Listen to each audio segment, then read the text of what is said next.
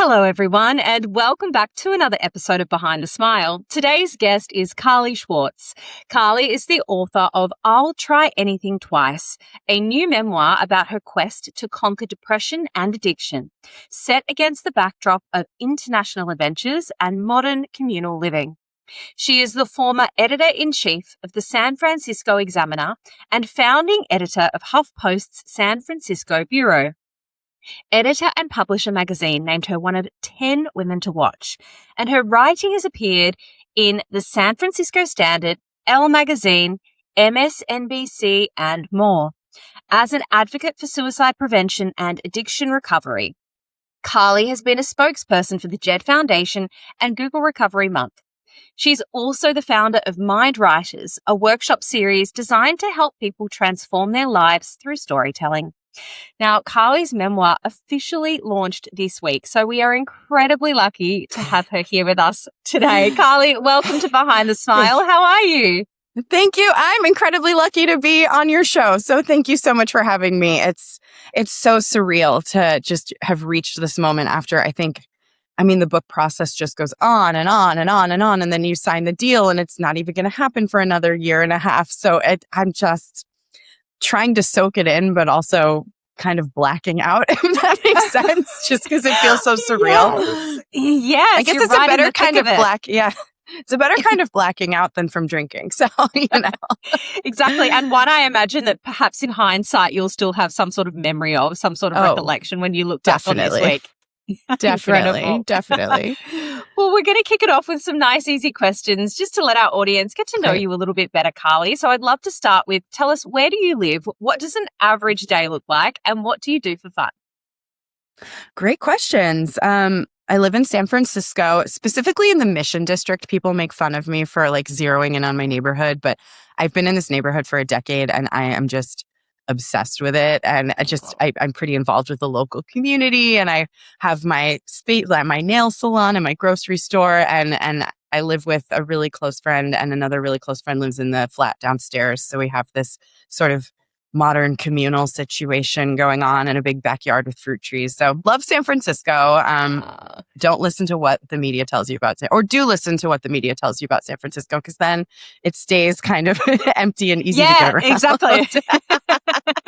And an average day, I think what I love about my life is that no day looks the same anymore now that I've kind of left a full-time kind of traditional 9-to-5 job structure, which I spent most of my adult life, kind of defining my success by being in these big roles and managing teams and kind of amassing, more responsibilities in a work setting. And it was leaving the newspaper job, which had been my dream on paper, since I was a little girl, where I really got to kind of redefine what success looked like to me. And to me, success is so much less about, your status in an office and so much more about how you feel in any given moment on any given day. And for me, that core value that I discovered I really needed was flexibility. I love to travel. I love to work from very different settings. I do my worst work, I think, at an office desk. And so I just wasn't, I hadn't designed my life according to my personal strengths. So I would say an average day, I love to get up. I became a morning person in recovery, which is very strange. I always thought I was a night person. Who knew? Suddenly you take the party out of it and mornings are amazing. Mornings are fantastic. Yeah, I never had experienced them before. And so I like Unless to get it was a sunrise from the night before. Oh, always. Exactly. That it felt like triumph. But that's a great point. I like to wake up, between 6:30 and 7, and I have this little morning tradition where I'll drink tea in bed and just read whatever novel I'm reading at the moment. I'm going to be working on a fiction book next, so I'm just trying to read as much fiction as possible, and that's really just delightful. And with the world being so chaotic right now, it just feels really nice to start my day with some quiet, with Nacho curled up next to me and just reading in bed. And then I'll take Nacho out. Maybe we'll go on a little walk. And I usually dig into, I do my work in spurts. So I'll do like a work sprint somewhere that is not at a desk between morning hours. And then, you know, it could be anything. It could be, I could be in another city. I could be, you know, going on a walk or on an adventure, or I could be at home in San Francisco doing a yoga class in the middle of the day. I do community work in my neighborhood. I don't know. I've become kind of a homebody in recovery, which is interesting. So when I'm not traveling, I kind of like to just hunker down, and I've been really into cooking thanks to ChatGPT of all things. You know, I have my own opinions on AI, not necessarily being the best thing that's ever happened to us, but for cooking, it really works. They cheer you on the whole way. They're like, "You're amazing. Keep going." I've never been a cook. Yeah. So sometimes I'll cook a big meal in the middle of the day. Do a lot. I mean, since I've been gearing up to do the book, I've been working, you know, pretty round the clock. So just trying to find sustainable ways to care for myself in that. I love to hike around SF. There's always a hilltop nearby to go to the top of with my dog. Love trying new restaurants. Love all sorts of cultures of shows, films, concerts. I guess that kind of dovetails into what I like to do, which I guess you know, aside from travel to mostly see loved ones, whether it's New York or Portland or even around the Bay Area. One of my closest friends lives in Santa Cruz. I love going down to Southern California, where my brother and sister-in-law and little nephews live. And other than that, I love anything music involved. Someone asked me a question at my book launch the other day about the role music played in my sobriety, and it was a really thoughtful question that I had never thought about before, and just felt like really got to something so essential about me. I'm in a 90s rock cover band. We practice 2 hours every week. And those are the happiest. They're probably the happiest 2 hours of my life, mainly because they're so low stakes. Like, we're not trying to cut an album or, you know, go on tour. We're just doing it for fun. I mean, we perform around the city, which is fun, but we all have day jobs. We all, you know, do other things, and it's just so much fun. It's almost like live music karaoke in a little real recording studio type setting. I love the idea of that. So I love that. Yeah, I'm trying to think. I love to kind of consume the city and give back to it. It's like a symbiotic relationship. You know, I don't like the idea of like consuming, but I'm really, really in tune to local news. I think one of the ways I'm kind of coping with the news of the world right now is to really concentrate on what's happening in my city and kind of things that I can either make an impact on, or just, I think, awareness of what's going on in our own backyard. I write a column from time to time for a local publication, and love to just kind of understand how the city's ticking, what new housing is being built or not being built because there's another, you know, fight about it, or, you know, what new venues are opening or not opening, that sort of thing. What people think of the public art sculpture that just came up that is really controversial. And yeah, so it's kind of a long-winded way of saying all things I like. I mean, it's incredible. What I love about your approach to consumption of news media, what you just talked about then, was like, I love that idea of keeping it local and keeping it to what can I directly influence? Because you're so right. I can't tell you the amount of conversations I've had with people over the last couple of years, or maybe even since COVID, really, where people said, I just don't consume news media anymore. And I fully understand why, because, you know, I actually studied journalism myself as my undergrad, and you know, I remember being taught, if it bleeds, it leads. You know, they're always gonna share the things that create fear within society. And so I understand that desire to want to just switch off. But I love what you just said. Keep it local, keep it, you know, within your sphere of influence. And that allows you to still have a connection to it, but also to not feel powerless by it. Exactly. There's so much powerlessness in the doom scrolling. It's addictive. It's meant to keep you staring at I mean, how healthy is it to stare at a tiny little box all day and just see the world burning around you, no matter your politics? This doesn't even have to be a discussion about politics. It's kind of one thing we can all agree on is that things aren't great. And, you know, and I just really feel like it's kind of my duty to know what's going on in my backyard, even if I can't, you know, storm City Hall and change how San Francisco functions. Like, I dressed up as Santa Claus at the youth center in my neighborhood and had little, you know, for the undocumented families that couldn't afford to put the holidays on and that were being kind of targeted by crackdowns in this country. And just having these little kids on my lap saying, ho, ho, ho, Merry Christmas, like knowing that I made 5 minutes of their day better. It was a way of kind of taking back that sense of agency around a global climate that kind of feels like it robs you of that, if that makes sense. No, it's beautiful. And it's a real testament to just how much you value community. And that's something we're going to talk about a little bit later in our conversation today. But Carly, you have a huge story. For anybody who loves to read or is interested in recovery, mental health, I mean, pretty much anyone needs to go and get a copy of this book. It's out now. Thank you. So we're going to talk about the book today, but before we do, we're going to start with your photo. Now, Carly, I've asked you to bring in a photo today from a time in your life where you were hiding behind a smile. So you were presenting one version externally, but internally you were struggling. Could you please describe for our listeners the photo that I'm bringing up on the screen right now? What are we looking at here, and what was truly going on for you at that time in your life?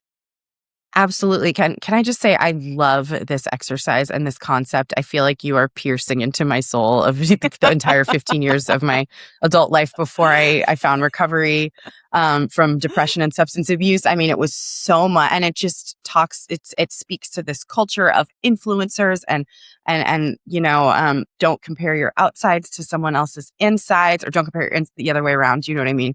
So in this particular, so just thank you for doing this, first of all. And in this photo is, I am on a trip in Hawaii with my family over the holidays. It was our first time in Hawaii. It was my mom, my little brother, who's one of my favorite people in the world, and our two uncles. We were all living in the Bay Area at the time.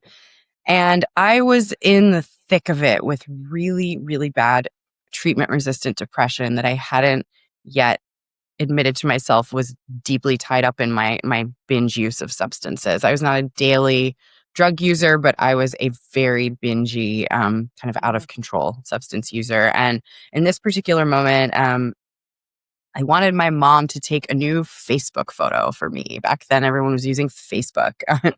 Dating myself, core millennial here. And I remember being like, hold the camera up so it doesn't look like I have a double chin, and like make me laugh so I'm smiling. So she's like trying to make faces, getting me to go, ha, ha, ha, ha, ha.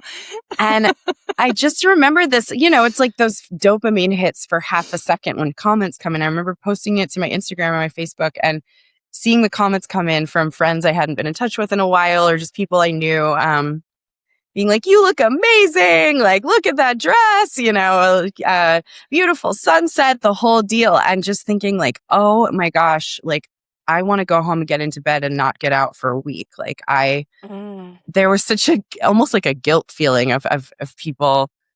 You think that hearing that you look great is going to make you feel great. But with me, I was like, yeah, but I'm just lying to the world. They don't know what's going on inside.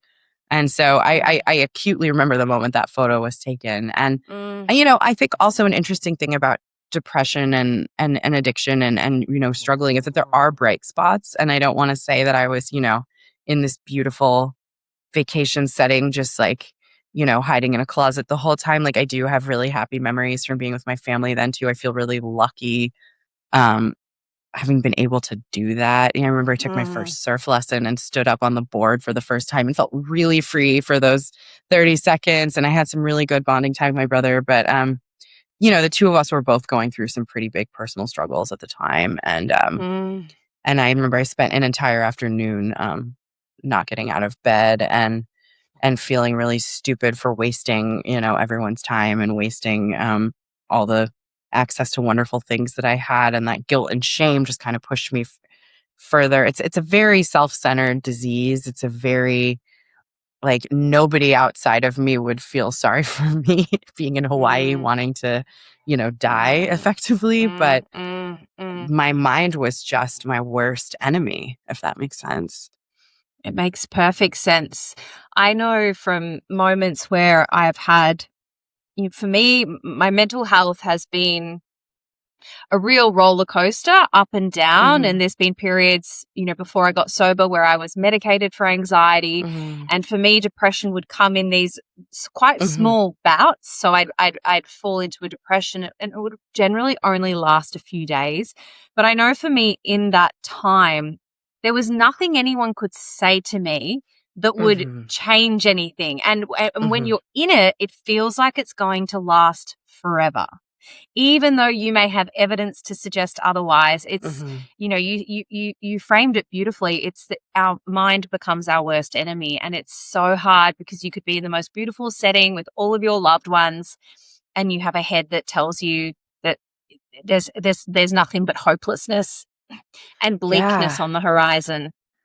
It's the mind is such a crazy paradigm to grapple with this, and it's so true when you say like you can't imagine that it will ever get better when you're in it. And conversely, and I write about this in my book a little bit, you also can't really empathize with how bad it feels when you're out of it.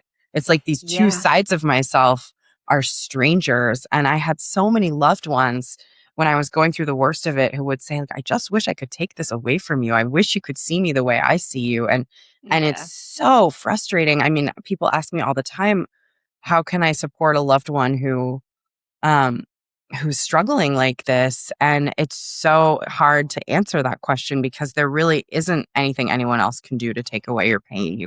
They can Mm, distract you for a few hours. They can, you mm. know, add some moments of delight, but it has to come from within you. And same for recovery. I mean, nobody else can force you into recovery, as I'm sure you've discussed at length and know very Yeah, well. 1000%. So can we go back a little, Carly? Help me understand Carly as a child. When did you first start to experience depression? What did that look like? Yeah, I was a really anxious kid. I was very in my head. I was like pretty intellectual from a young age. I was always writing. That was like I would like lock myself in my room and write. My first novel actually at age 11 was about a teenager who wins a modeling contest at the mall and becomes a drug addict and then gets sober. So it's like, was I foreshadowing that? 11 years old, writing about like what my version of what I thought drugs were. And then in the end, she gets sober by flushing them down the toilet. Like, if only it were that easy. So I think I've always had kind of a fascination with this sort of underworld of, partying and escapism and all of that. But my anxiety was pretty crippling as a kid. And I was also really extroverted and really social on the outside. So it was kind of these competing forces. And the depression came a little later. I was always in these pretty competitive, high pressure environments. And, I mean, I had my high school was amazing. My college was amazing. But I also, in these high achieving environments, I sort of developed a knack really young for comparing myself to everyone Mm, kind of pathologically.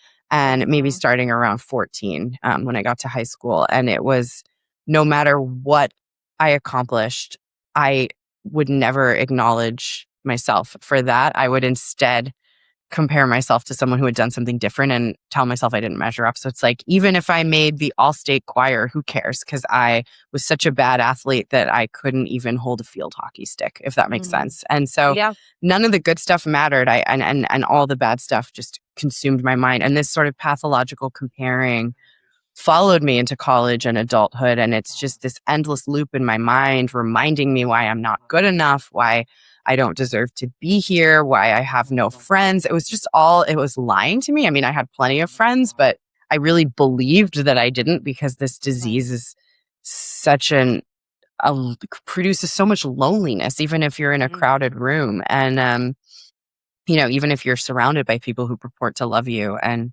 I think that's really where the substance use came in, was when I first mm. discovered drinking. It was like, oh, I can escape this for a little bit. I can Yeah. just be really present in this like out of this world where nothing matters and where I'm really confident and where I say everything that's on my mind. But then it started to get ugly because I would keep drinking. And then when I was a really bad drunk, beyond the giddiness of the first two drinks, whenever it went further than that, which was every single time, I would have these big tantrums. I would rage. I would cry. It was like all this pent up stuff.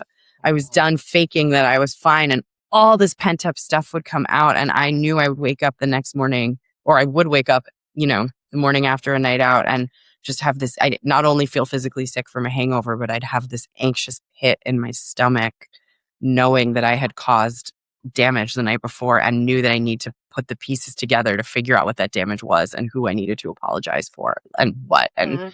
yeah, just another universal experience, I think, for folks who have struggled with substance use. Absolutely. As you speak here today, Carly, like you're telling my story and I'm just nodding Yeah. along with just feeling so much connection, so much similarity to Mhm. everything that you're sharing, that and that the cycle of anxiety then being fueled Mhm. by that behavior, and then we drink again to make it stop, and then the cycle continues, and it's just you get into Right. this pattern where it's like, how do I get off this hamster wheel? And Right. what it sounds like to me, and I really relate to this as well, as you were self-medicating from a really young Mhm. age, even though there may not have been a Yeah. conscious connection at the time. It was like, Right. I have this immense pain that lives inside my soul. I need to numb that pain. This substance is going to do that. Right. And I certainly wasn't making that connection. I just thought it was cool. I thought I was partying, Yeah. I couldn't Yeah. wait. When I got to college and it was like no holds barred, unsupervised, living with a bunch of kids my age for the first time, like, let's go, but of course, I mean, I couldn't be alone. I couldn't be alone with my own thoughts. Nothing terrified me more than an hour of idle time. And now I think back and I'm like, what a gift to have an hour of idle time. I could fill it in so many amazing ways, even if it's just Mm, sitting on the couch watching a dumb show. That's amazing to mm, me because I choose it, and that mm, is just one of the best gifts of being okay in your head and loving your own company, knowing. And I remember in college and when the depression was really bad as an adult, it's like, well, I have an idle hour, so I might as well drink or I might as well find some sort of social activity, and substances were always at social activities, when I sought them out, um, mm, to quiet the noise, to just diminish that hateful enemy in my own brain for however long I could before I knew it would ultimately come rearing back. And the great irony, of course, is that the one thing that makes you feel better is the one thing that's ultimately keeping you from getting well. Because the mm, more I engaged in the drugs and the alcohol, the less I gave myself a fighting chance of ever conquering my mental health struggles, in mm, earnest at mm, their core. mm, mm. And as you write in the book, it leads you to some pretty dark places. Your memoir actually Mhm, opens with, you're in mhm, Panama and you have a suicide attempt. Let's go back a moment. When did you first start to experience suicidal ideation, mhm. and how did that progress alongside the addiction and the substance use? Yeah, absolutely. And trigger warning, of course. I try to talk really openly about suicide, because I think it's something in our society that still carries a lot of shame and stigma and Mm, weight, even though it's so much more wildly complicated or common than we'd ever be, mm, willing to admit and metabolize. I think suicide is one of the leading causes of death in America. I'm not sure how it is in Australia, but I would assume, it's not that far behind. yeah. And yeah, so I do try to talk really candidly about this. And I remember, for me, that started in college. The depression got so bad that I just started thinking what a relief it would be if I could turn off those thoughts for good. And I tried twice in college. I hate to make the dark nod to my book title there, but we can use dark humor. I like to use dark humor as a coping mechanism. But I had to drop out of school. I eventually went back, but I was self-medicating with marijuana really compulsively by then, and that was sort of a stopgap, after doing a, outpatient program and being back in my hometown for 2 semesters. I I managed to keep the suicidal thoughts at bay after that for much of my early adulthood. I think because I was both absorbed in my career and smoking so much weed, to be frank. It just, there was like a haziness, and then also just to Mm, create, like, I had to fight back against that just to get my obligations to perform in my roles, in journalism. And I was still really, I still hated myself. I still pathologically compared myself to everyone and everything. And I was in a series of pretty toxic relationships as a way to, I think that drama provided a distraction from what was really going on in my head. But then when I got to Latin America. I left a pretty high octane job in New York media and moved to Latin America first for a fellowship in Mexico, and then went further down to Panama to this weird eco community borderline cult situation that you can read about in the book. And it was down there that I made the very, very, very unwise choice to go off my antidepressants cold turkey, because I was partying so much and in such a novel environment and in a new relationship that I just felt like my problems had been solved. But really, it was probably, the pinpricks of substance induced mania, if I would give it any name, and so I went off my antidepressants cold turkey, and that's when the suicidal stuff came back really strongly. It wasn't overnight. It was a much more gradual process. And then suddenly you're like, wow, everything is just so unmanageable. And I am such a wreck that the only relief I can think of is to take myself away from myself, if that makes sense. And so I left Panama, I the best decision I ever made, / I probably had no choice. And came home to San Francisco, got a job in tech, was really trying to keep it together on the outside, and just nursed this really horrible depression punctuated by binge partying. Whenever I could get out of bed, whenever I wasn't working or in my bed, I was, out doing drugs and drinking and trying to forget why I hated myself. And the suicidal stuff kind of came and went during that period as well. It would be like 36 hours in bed. Like, why do I deserve to live? Like, I have everything, and yet I feel like I have nothing. So like, I don't deserve any of this. And that's really where depression becomes this kind of equal opportunity, like evil force, because I just had such abundant access to a beautiful life, and it didn't matter. And I would hate myself even more for not being able to appreciate what I had. It's such a cruel disease. And I feel like what can make it even more confusing, and particularly, with the lens around substance abuse, is that we have a mind that tells us that we don't have a problem. And so then it's almost like you punish yourself more, you sit in more shame. And again, it just fuels the fire of this addiction. They call it the disease of denial. And I imagine for you, Carly, because you were so high functioning, you were maintaining a job and all of these other areas of your life, did you also think to yourself, I actually can't, I don't qualify to be an alcoholic, or I couldn't possibly Oh my gosh. Absolutely. I mean, I would lie to every therapist who asked me about my substance use, because I thought they would misunderstand me if I told them the truth. They'd think I have a problem, but I obviously don't have a problem. I'm not under a bridge. I'm not hiding bottles under the sink. I'm not the type of addict that we see portrayed in popular culture.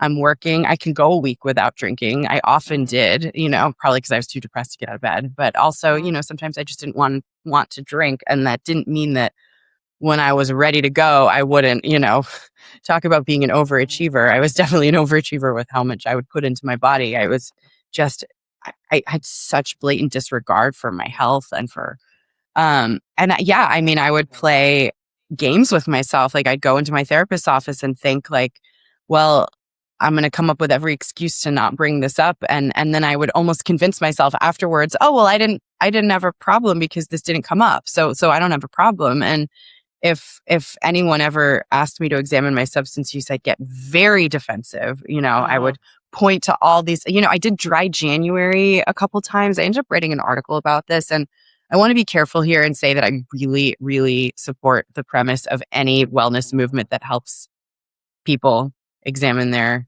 relationship to substances. But for me, I could do dry January, and then I would use that as evidence that I didn't have a problem. It kind of reinforced my sense of denial. So very much though. And then when I finally admitted I had a problem, I remember I had this almost addiction imposter syndrome. I was like, well, I'm not as bad off as some of these other people.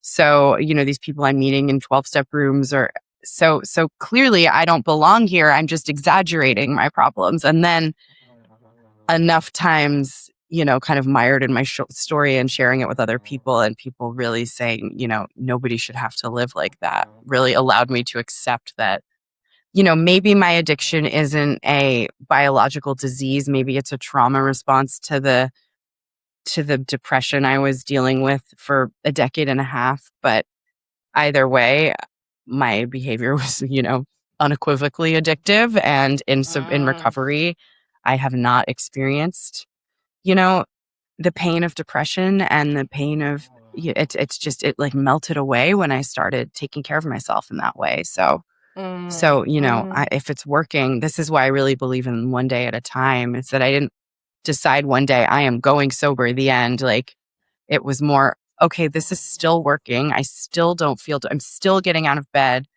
So why would I not do that again tomorrow? Absolutely. And that's been one day at a time now for over 7 years for you, right? Yeah, which is just mind blowing. I never would have, I just identified as such a party girl. I never would have, it never would have occurred to me that this would be my life. And it is just the greatest, single greatest thing that has ever, I just feel so lucky. I mean, Laura McCowan says we are the luckiest. There is no other word for it, Like, why me? Why me? And why do other addicts still suffer all around me in this city and all over the world? Why did I happen to stumble into this life and hang on to it? Well, let's talk about that, should we? Like, I'd love to understand, like, how did the doors of recovery finally open for you and how did you step into them? Yeah, it was just any other hangover, honestly. It was just the last one I wanted to have. I remember the morning so clearly. I was in bed. I was languishing. I could barely make it downstairs for an apple and a glass of water at 4 p.m. And I kind of shuffled back upstairs and I didn't get out of bed for another 2 days. And I remember thinking, like, gosh, for just one, it was a Sunday. I'm like, for just one Sunday, I want to know what it's like to walk down the street and be okay, just go shopping or just have an ice cream cone, or walk with a friend and have a conversation. Like, that was not on the table for me. And this fleeting thought passed through my mind. It was almost like a premonition, just, I need to go to rehab. And then the thought flickered away as fast as it came in. But I came back to that and was like, wait, maybe I do. I've kind of tried everything else to treat this depression. I had tried ketamine infusions by then. I had tried transcranial magnetic stimulations, and nothing had worked because clearly I was self-medicating in so many other ways that I didn't give these treatments a fighting chance to work. And so what I did was I made a conscious decision. I said, okay, in my next therapy session, I'm going to tell my therapist the truth about how much I'm drinking and using and see what she thinks. And I thought she was going to say, like, hey, you can try, give it up for the month. And she ended up saying, Carly, you're really suffering. Like, it sounds like you could use, I think the phrase she used was full life intervention. And she said, I only see you resetting by fully pulling yourself out of the way you live and learning brand new skills and without these, self-medication coping mechanisms. And so I went off to rehab thinking, here's yet another thing I'm going to try. I doubt it's going to work, but I might as well try it. And it was nothing short of magical, the transformation that I underwent while I was there. I mean, I remember thinking I've never experienced happiness without the help of drugs and alcohol as an adult. And 10 days in, I think I had gone to the little gym they had and was like cooling off in this steam room. And it's also worth saying, like, I had really good health insurance at the company I was working at. That it was what enabled me to be able to afford this. Like, I have so many opinions on the mental health industrial complex being so broken, but that's for another conversation. I just want to acknowledge it. Not everyone can just decide to go to rehab and go. And I remember sitting in that steam room thinking, wow, I feel really good today. Like, I'm really excited about this drum circle we're doing tonight. And then I was like, am I happy? What is this? Am I happy? Am I excited to drink seltzer and go to a drum circle? What? And from that was sort of a turning point. And my roommate at the rehab was exactly my age, and we became really good friends. And just the community I had there. My mom picked me up and was like, it seems like this is your last day at summer camp. Like, when I was a kid and would go to summer camp. And and I was like very tentatively like, okay, is this going to last? And I enrolled in a 90-day outpatient program. And I still wasn't expecting to really stay sober. And then I think halfway through the outpatient program, one of the counselors said, Carly, I really admire you for taking your sobriety so seriously. And I remember kind of stopping myself in my tracks and being like, wow, maybe I do take this pretty seriously. What would happen if I kept taking this seriously?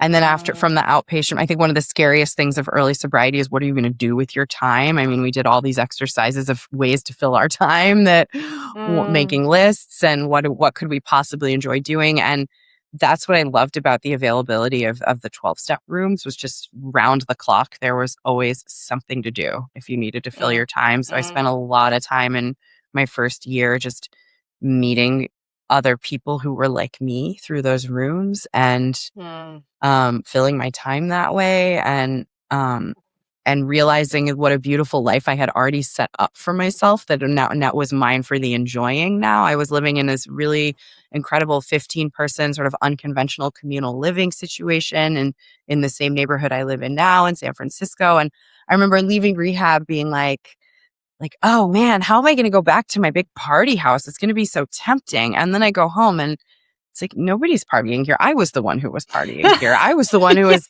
instigating all, this is just a lovely, quiet, well-functioning house full of beautiful people when I'm not, rousing people up for a night of, debauchery in the living room. Isn't it so funny when we think that like certain people in our lives are our party friends, and then we stop drinking and then they're not drinking, and it's like, oh, it was me all along. Yes. I remember being like, I don't understand how drugs find me everywhere I go. And it's so strange. Yeah. It's like, am I not seeking them out? 100% I'm seeking them out. Oh my gosh, I can so relate to that. Yeah. So when you came out of rehab, you stepped into 12-step fellowship. The house that you were living in, you talk about it being a communal house. Was it a sober house, or what? No. It was. I moved there after Panama. My best friend actually established it with some friends. It's a pretty, I wouldn't say it's a common way to live in San Francisco, but it definitely was like a movement in the early 2010s of friends learning how to live together in these sort of bigger capacities. And she pulled me in to live there. I had nowhere to live. I'd moved back. I was, broke, unemployed, in debt, living on my mom's guest bed. And my friend said, well, I found you a room in this house and it's kind of hard to get there's like a wait list for open rooms. And she said, but I'm scooting you to the front of the line. And I said, I don't want to live at 50. What are you talking about? No way. And she's like, well, I already paid your first month's rent, so you're going to have to just try it. And it's like such a good friend. I ended up staying for 7 years. So, I wrote my book in that house. I got sober in that house. I did the pandemic in that house. I got my dog in that house. Like that house. Oh my gosh. What a formative foundation for my 30s.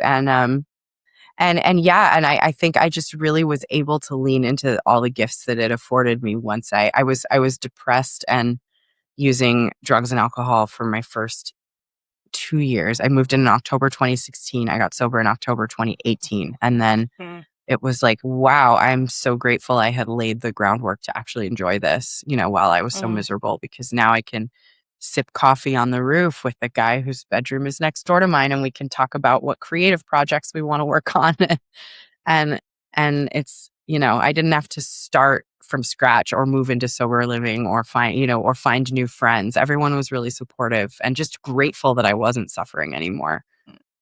I love hearing that, because I think so often people assume that if they go into treatment, that when they come back out, they have to change their entire life. And that's not, of course, if you're going back into an environment that's dangerous, that's not conducive to your long-term recovery, then you might need to look at that. But a lot of the time, it's us that changes, not necessarily the environment around us. And it's, I mean, I will say, like, I redesigned my bedroom, which was excellent. I put the furniture in new places so I could have this little feng shui rebirth, if you will. And there were certain friends I had to distance myself from, of course, certain party friends. I couldn't be in the room with people doing drugs for a good 2 years. Now I'm kind of fine with it because I'm just like, ew, God, I can't imagine, but for a little bit there. I really had to set some serious boundaries. Now, and I also spent the first few years of recovery really trying to prove that I could do all the things I did before, just not with the drugs and alcohol. So I would go clubbing, I would go to parties, I would go out.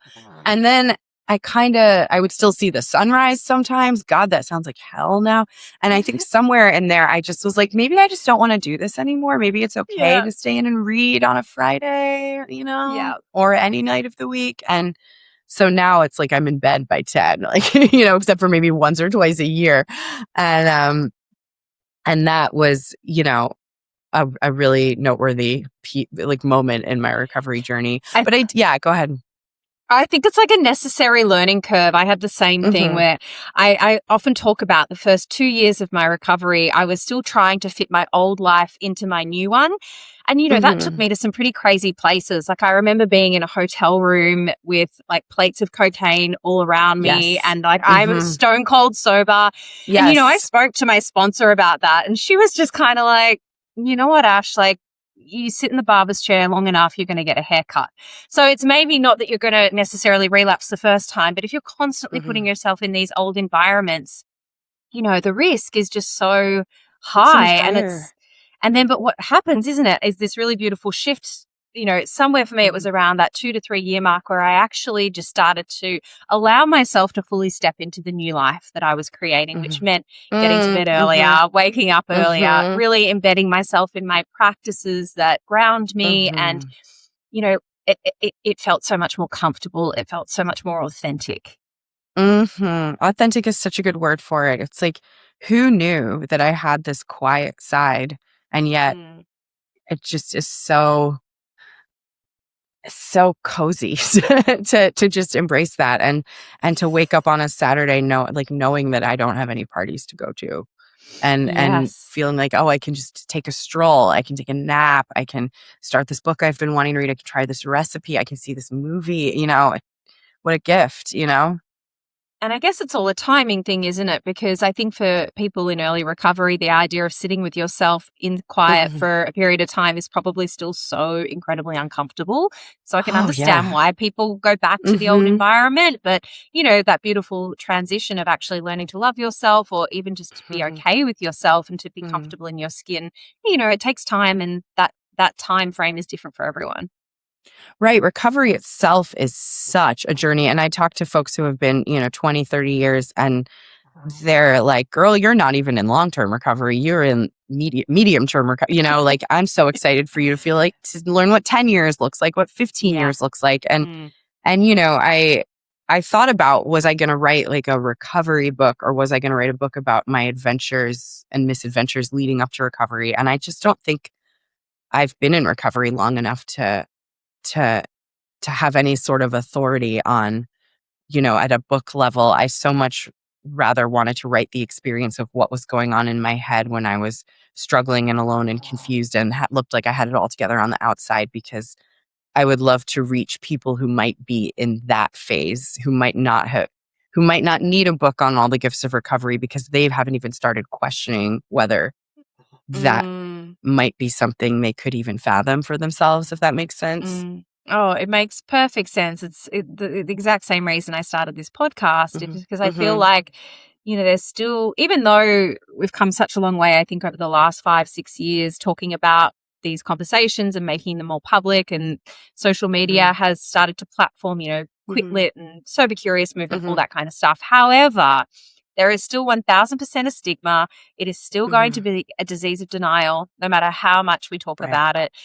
So to be able to really speak to those people, I think is really, it's really pure, but also having that respect to understand that you and I at 6 and 7 years sober are still very young in our recovery. And And We how have cool so is much to that? We learn. get to see what unfolds. Absolutely. And I was talking to another sober woman recently about how we'd love to see more sober characters just in fiction, because I think there's this arc of like, if someone writes a book and it's a novel and a character is an addict, you never really see someone in recovery just going about their life and having the story be about something else entirely. Like, what happens if there's a protagonist out there where recovery is just a detail and, their story is something totally different. And so I'm toying with, if I write a fiction book next, do I want the main character to be in recovery, and how much of a role do I want that to play? And I think that could be interesting Yeah. to think about. Oh,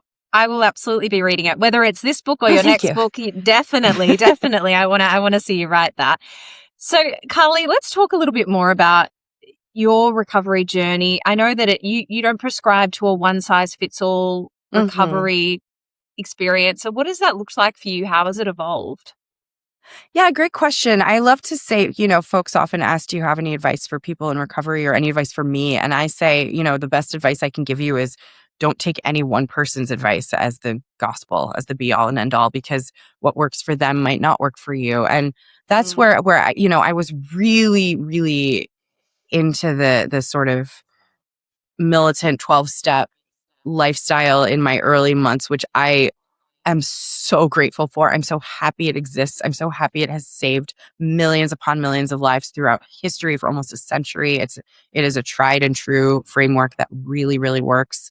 But I think for me, my personal recovery was no longer being served by kind of sitting in rooms hearing stories about what a mess I used to be. And I really wanted to kind of integrate recovery in my life in different ways. So I took a little bit of space from 12 step about 2 years in, after having done the steps twice and working with two different sponsors who I loved, and and who really helped me and really identify the root of certain resentments, and go back and revive certain relationships that I thought I had burned to the ground. But then I started looking at recovery more as like, how do I help other people in my life who might be curious about this, but who aren't open to going to a meeting with me, or who aren't open to building their lives around that? And I helped some really incredible loved ones. My sister-in-law has publicly talked about how I inspired her recovery journey, and she has 5 years now,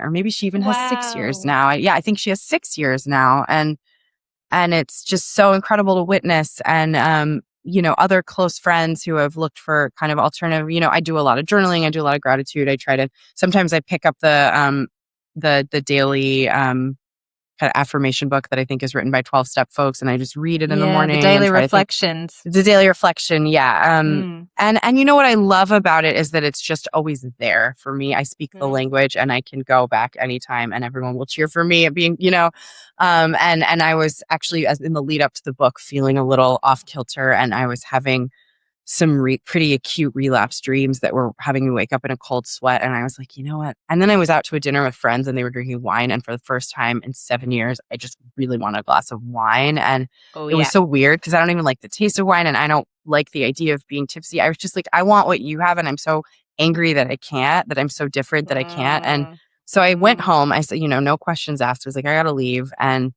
I went to a meeting the next day, and I was just so grateful that was there, and that I could use it as a tool. And I shared, and I talked to people, and I talked about my experience kind of drifting in and out, and the relapse dreams stopped like right after that. It was great. And I have some really good friends in recovery, some who do the rooms, some who don't. And I've also found recovery through music, through concerts, through one of the bands that I follow around on tour. Sometimes there's such a silly hippie San Francisco thing to say.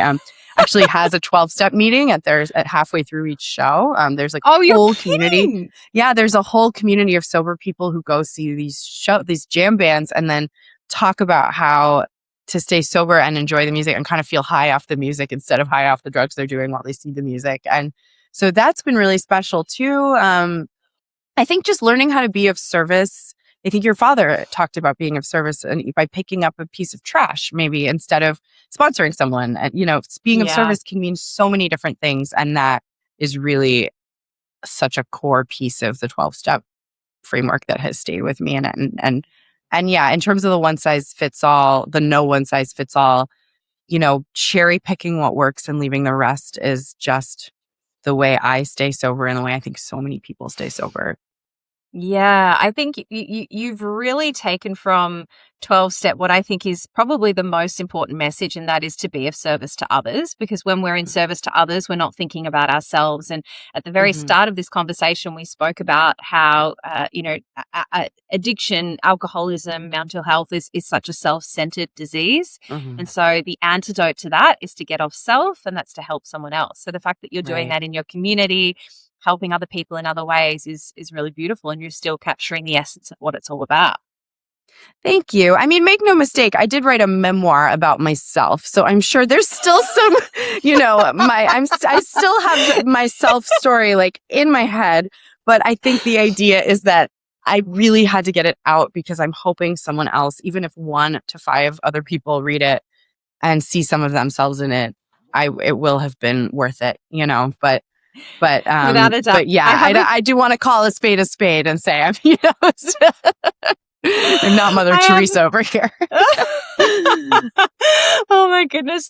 There's one final question, Carly, that I have before I'm Sure. going to ask you out what your 3 non-negotiables are. And that's this idea Yeah. of community, which is, Mhm. another real tenet of the 12-step program that it can be expressed in many other ways in our lives. And I know that you actually made community your higher power at the beginning of your recovery journey. Is that right? Mhm.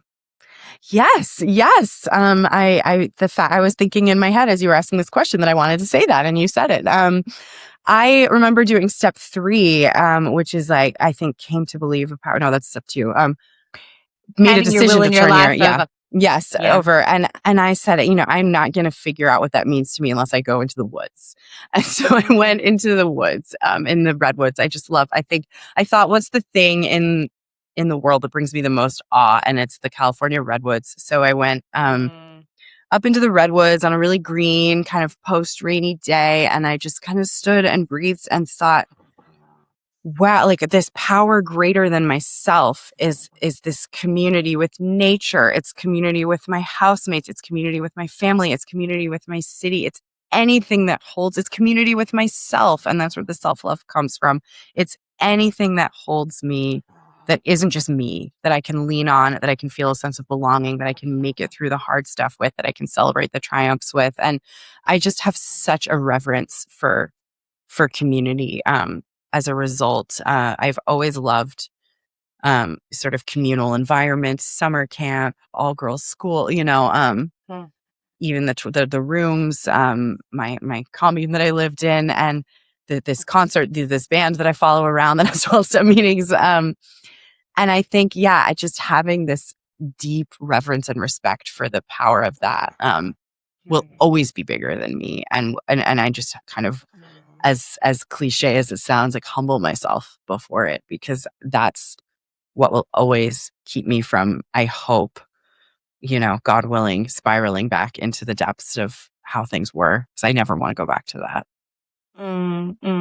I completely agree. The power of community, the power of trusting that there is something greater than ourselves, Mhm. and always working towards doing the best we Mhm. can, each and every day. That Mhm. the next right action, I think, is the Mhm. foundation to anyone's recovery. Carly, I have loved chatting with you today. And for Same. anyone, Thank you. What a wonderful way to spend the afternoon. I think it might be morning your time, but what a great way to spend an hour. Thank you so much. yeah, such a pleasure. Yes, we're calling from the future here in Australia. Yes. We do have one final question that we wrap up with all of our guests. And I'd love to know, because I feel like it's an extension of the conversation we've had here today and your current recovery journey. What are your 3 non-negotiables that allow you to live your life today happy, authentic, and free? Great question. I'm embarrassed that I didn't prepare this in advance, so I'm just totally off the cuff. No, we love Um, this. Non-negotiables. I think flexibility. Just the Mm. ability to really design my life the way it works for me, flexibility in my recovery program, flexibility in my schedule, flexibility in my lifestyle, flexibility in how much time I spend with my dog, which just brings me more joy than anything. The Mm. dog might even be a non-negotiable, but that unfortunately animals don't Yes. live forever. So I will say a dog, the idea of a dog. It just gets me out of myself. And I've never been someone who's wanted children of my own, but I do love caring for things. Mm. Community is the big Mm. non-negotiable, and music, I think. Yeah, so Love flexibility, that. community, and music off the top of my head. I can think of a much longer list, but No. I think that's perfect. And I love that it was off the cuff because it's, it's thank what's you. true for you right now. So, Carly, again, thank you so much for your time today. We say here on Behind the Smile that when we recover loudly, no one need suffer in silence. I'm so grateful for you, for your writing, for your book. Please, everybody, go check it out. I'll Try Anything Twice. Available everywhere you get great books, and I'll link all of those in the episode show notes. Thanks, Carly. Thank you, Ash. Thank you so much.